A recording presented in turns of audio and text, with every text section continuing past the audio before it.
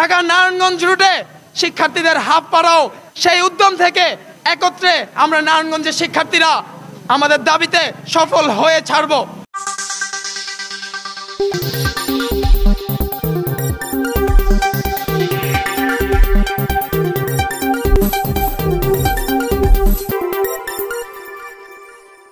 সংরক্ষণ ফোরাম থেকে যে কর্মসূচি ঘোষণা হয়েছিল তারই ধারাবাহিকতায় আমাদের 17 তারিখ হরতাল ছিল, কিন্তু ডিসি অফিস এবং বাস মালিকদের মিটিং করার ফলে আমাদের 16 তারিখ তাদের আশ্বাসে আমরা হরতাল প্রত্যাহার করি। ফলে গত পরশুদিন আমরা প্রেস ব্রিফিং করার মাধ্যমে 24 ঘন্টার আলটিমেটাম দেওয়া হয়, বললাম আমরা বিক্ষোভ করব।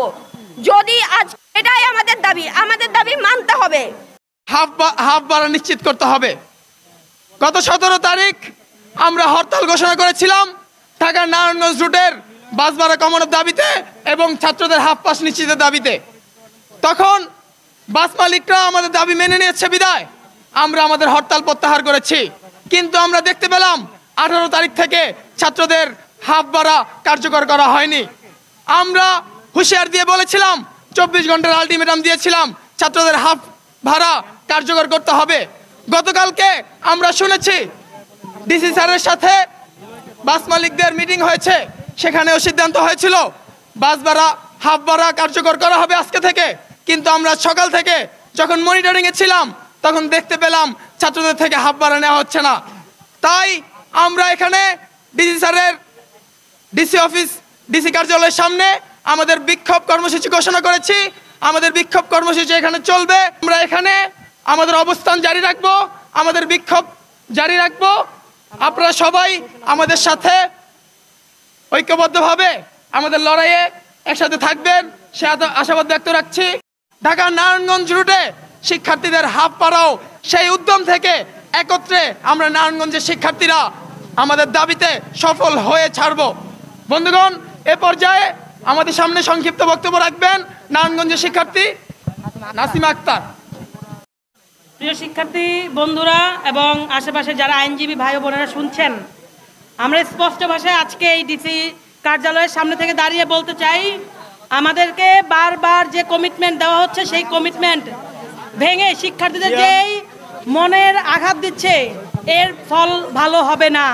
আজকে আমরা বলতে চাই যে শিক্ষার্থীদের যে হাফ ভাড়া কার্যকর করার ঘোষণা ছিল সেই কার্যকর কিন্তু হয়নি। আজকে সকাল থেকেই শিক্ষার্থীরা বিভিন্ন বাস কাউন্টারগুলোতে মনিটরিংয়ে ছিল এবং কোথাও শিক্ষার্থীদেরকে হাফ ভাড়া দেওয়া হচ্ছে না এবং তার সাথে সাথে শিক্ষার্থীদের সাথে কুরুচিপূর্ণ আচরণ করা হচ্ছে।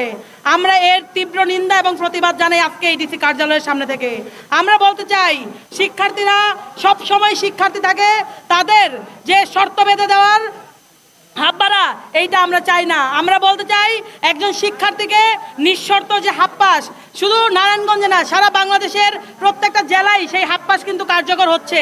বিশেষ করে আমরা যদি আমাদের রাজধানীর ঢাকার দিকেও দেখি, সেইখানেও কিন্তু এরকম বাস আছে এবং বাসগুলোতে কিন্তু প্রতিনিয়ত শিক্ষার্থীদেরকে হাফ ভাড়া দেওয়া হচ্ছে। আমরা বলতে চাই, ঢাকার মতো জায়গায় যদি শিক্ষার্থীদেরকে নিঃশর্ত হাফ পাস দেওয়া যায় তবে নারায়ণগঞ্জে কেন নয়? হতে পারে সেটা সিটিং বাস কিংবা লোকাল বাস, সব বাসেই শিক্ষার্থীদের হাফ ভাড়া কার্যকর করতে হবে। আমরা স্পষ্ট ভাষায় বলতে চাই, আমরা আজকে এখানে হয়তোবা গুটি কয়েক মানুষ আছি, কিন্তু এই আন্দোলন আরো তীব্র রূপে রূপান্তরিত হবে যদি না আমাদের হাফ ভাড়া কার্যকর না হয়। আমরা আরো ভালো করে বলতে চাই যে আমরা একটা হরতাল হয়তোবা প্রত্যাহার করে নিয়েছি, কিন্তু আমরা আরো শত হরতাল দিতে পিছু পা হব না যদি না শিক্ষার্থীদের হাফ ভাড়া কার্যকর হয়। আমরা বলতে চাই যে অবিলম্বে শিক্ষার্থীদের যে নিঃশর্ত হাফ ভাড়া সেই হাফ ভাড়া কার্যকর করা হোক। অনতিবিলম্বে আমরা শিক্ষার্থীরা রাজপথ ব্লক করে দিব। আমরা নারায়ণগঞ্জে ব্লক কর্মসূচি পালন করব। হরতাল অবরোধের মতন কোনো কর্মসূচি বাদ রাখবো না যদি না শিক্ষার্থীদেরকে হাফ ভাড়া দেওয়া না হয়। সংগ্রামী সাথী ও বন্ধুগণ, এই বলে আমি আমার কথা শেষ করছি।